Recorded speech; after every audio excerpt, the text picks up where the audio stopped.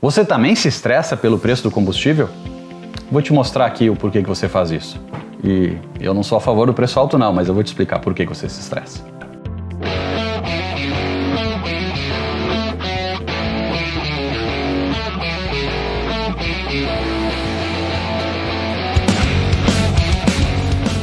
Olá, seja bem-vindo a mais um vídeo aqui do canal. Meu nome é Carlos Bush. Se você não me conhece ainda, eu tenho atuado aí nos últimos 20 anos na transformação digital, inovação e Customer Experience nas grandes companhias da América Latina.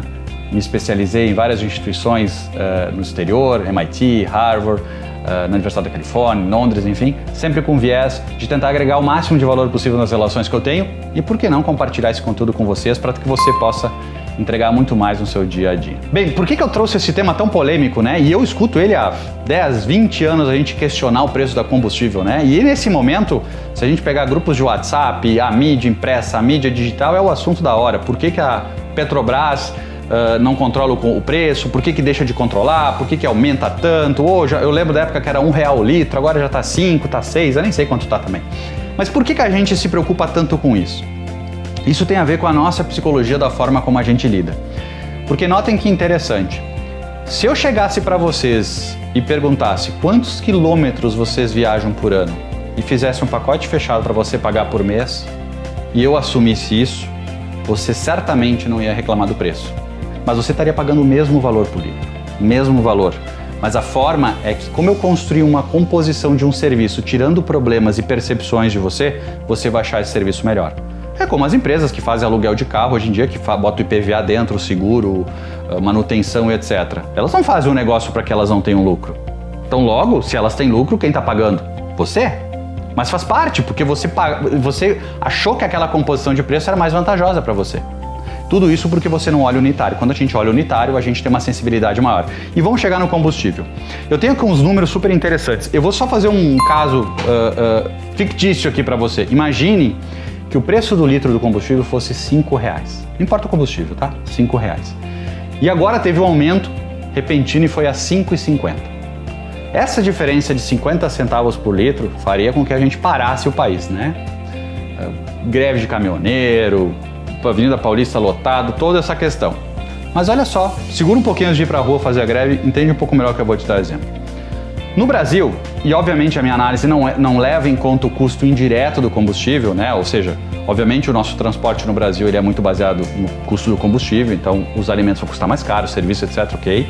Mas tira isso de fora e vamos olhar só o custo direto, o meu custo do combustível, de 5 para 5,50. Então imagina, e os números aqui do Brasil é que uma pessoa, habitantes que possuem, famílias que possuem carros, elas usam em média 10 mil quilômetros ao ano um carro, isso é média. Tá? E a produtividade dos carros, em média, é 9,5 km por litro. Tá? Fazendo um cálculozinho básico, a gente precisaria de 1.053 litros por família por ano. Se eu pegasse os 1.053 litros, que nada mais são, multiplicados por 9,5 litros, que dariam os quilômetros que a gente falou, a gente teria um custo total, quando o combustível fosse R$5, de R$ 5.265, certo? A gente gastaria por ano em torno de R$ 5.300 para andar 10 mil quilômetros. Calculei isso. Para andar 10 mil quilômetros, eu gastaria na casa de R$ 5.300 por ano. Mas com o aumento agora absurdo para R$ 5,50, os R$ 5.300 por ano passariam, sabe para quanto? R$ 5.700 por ano. Eu estou falando uma diferença, arredondando aqui, na casa de R$ 400, R$ 450 entre o que era para o que vai ser para o ano inteiro da sua vida. Quando você olha que isso é a média do povo brasileiro, obviamente para uma família isso pode fazer impacto, mas quando você olha a média do povo e a média de consumo e olha a diferença do ano inteiro, isso é muito menos do que você aumentou no plano de saúde, é muito menos que aumentou a sua alimentação, é muito menos o que aumentou, sei lá, o valor do tributo de IPTU na sua casa, é o valor que aumentou o seu aluguel.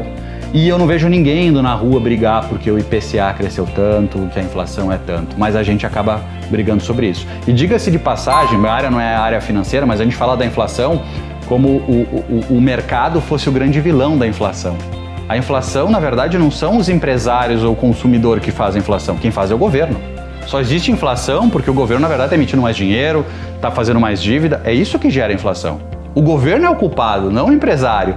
Mas a gente acaba tendo essa visão, porque a gente foi educado dessa forma, a consumir informação dessa forma, como combustível. E outro aspecto do combustível é que quando a gente pega o combustível e olha o valor unitário, aí vai lá abastecer, aí fica vendo aquele número ficar girando, a gente paga antes de consumir, são vários outros elementos biológicos que fazem com que a gente tenha a sensação que não é justo, que não é legal, que não é positivo, né? Você não faz o mesmo cálculo com um pneu, você acha que pneu é caro, mas o pneu vem uma vez só, você paga, sei lá, R$500 um pneu e você vai usar por tantos quilômetros. Mas se você dividir quanto custava um pneu no ano, para outra vez você vai comprar de novo, você vai ver que aumentou, sei lá, 40%, 50% e não uns 10%. Então é importante você entender sempre a psicologia, como as coisas acontecem. Você briga pelo combustível porque você está se deixando levar por uma questão unitária. Você sempre, para prosperar, você tem que olhar a situação de cima. E quando você olha de cima, você pode tomar decisões que trazem muito mais retorno para você do que ficar discutindo no grupo do WhatsApp se a gasolina tem que aumentar 10 ou 20 centavos. Por mais que eu concordo que quanto mais aumenta é ruim para todo mundo. Fiquem bem.